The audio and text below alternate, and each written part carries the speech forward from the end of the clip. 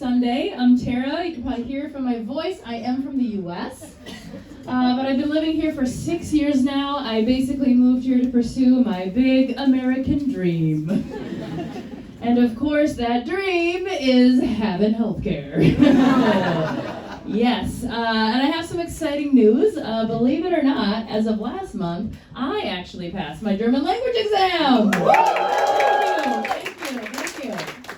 But this is really bad. I had to use Google Translate to understand the results. Yeah. Sorry, Nikita. Sorry.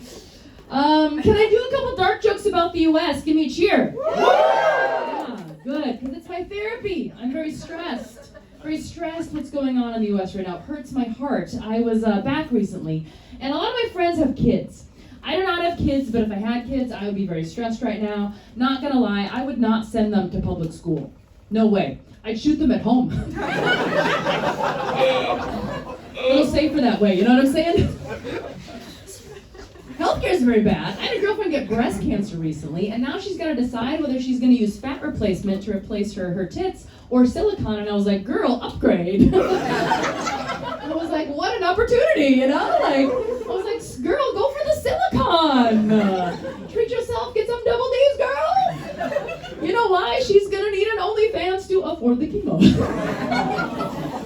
Oh yeah. Some of the jokes hurt because they're true. Here we go. But yes, I recently went back to the United States because honestly, I wanted to see it one last time. And I was in Minneapolis during the ice raid, so it was very stressful. I know. What a thing to make comedy about, right? But it was stressful. The ice raids broke out. I flew right back home to Germany. It was like whiplash, but that's why I realized, holy shit, that's why I live in Germany. Because most of the Nazis here are already retired. I'm just kidding, guys. We got new ones here, too. And some of them are lesbians. How modern! Oh, my God. Yeah, I just called that a new twist on an old dish, you know? So fun. No, but I went back home, and it was, of course, it was very cold. It was snowy. I came back to Berlin. There was ice everywhere. No one done shit. And I realized that Berliners treat the ice and snow the same way that my family deals with generational trauma. Just ignore it, you know? And it was fun. When you go home, you become your younger self. There's a lot of things to deal with. And I went home, and I saw my mom. I'm an only child, so of course she's a bit obsessed with me. And so I walk into her living room. There's like pictures of me everywhere, you know? Like pictures of me as like a cute little toddler, pictures of me in my little musical theater costumes, pictures of sexy Tara as a teenager, you know, it was like walking into the Epstein files, and I love my mom. I do love my mom because she's a very special woman. I swear to God, this is a true story. I walked into her garage and she had a picture, I swear to God, of Jesus Christ, but it was located right above a jar of nails. Yeah, which if you have any common sense, that's funny because, you know, it's a weird position, you know, so like, yeah. So like, I'm a salty asshole, so of course, took a photo and made that my profile background picture on Facebook. And I posted under the picture, I was like, Mom doesn't see the irony. And my mom posted back right away, she's like, what? That Jesus was a carpenter? This crazy woman. But I love my mom because she's very liberal, right? Very pro-Trump in North Dakota. She is very liberal, and she loves Jesus, but she loves the immigrants, and she loves the gays, which is what Jesus would have wanted, arguably. And she works at the federal building, and so they're legally required to have a picture of the president every single year. And do you guys know what my nice, cute little Midwestern mom did? She took a picture of Donald Trump, and she flipped it on its face, y'all! Yeah! Go Mom!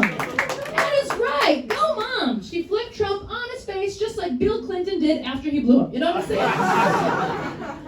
Yeah, I swear to God, no more Epstein jokes, you guys. It's, the cost of shit has changed a lot, okay? Because as you know in Berlin, cup of coffee, $3.50, US, $8. That's right. For the price of one coffee, you can get two here, or in Venezuela, whole plantation. You know what I mean? It's, a lot of things are changing. I'm trying to understand like how people could support ICE, because that's the thing that really breaks my heart right now, is that there are a certain number of the population that support this shit, even after seeing the videos. And I did a little research, and what these people are told is that they're all criminals. They believe that they're all criminals, and that does not make any sense. But I realized they just haven't been exposed. They don't know a lot of people, okay? I worked in bars and restaurants, and I have to admit, sometimes bad things happen. I had a really scary incident where a Latin American coworker came up to me and he tried, I swear to God, to teach me salsa. Oh yeah, that was a violent assault on my rhythm. Yeah, he came up to me after, he's like, I'm gonna take you out of the dance floor. I was like, that's a bad idea. He like took me around, and then afterwards he was just like, oh, you were right. Oh yeah. But it's funny that they're sold a story that they're all criminals, because it's like, I know these guys. I've been to the salsa nights. These are good men, you know? They're not gonna do bad shit to your white team. No, they all got a wife back home. And a girlfriend on the dance floor. And sometimes a secret boyfriend, you know what I'm saying? So like,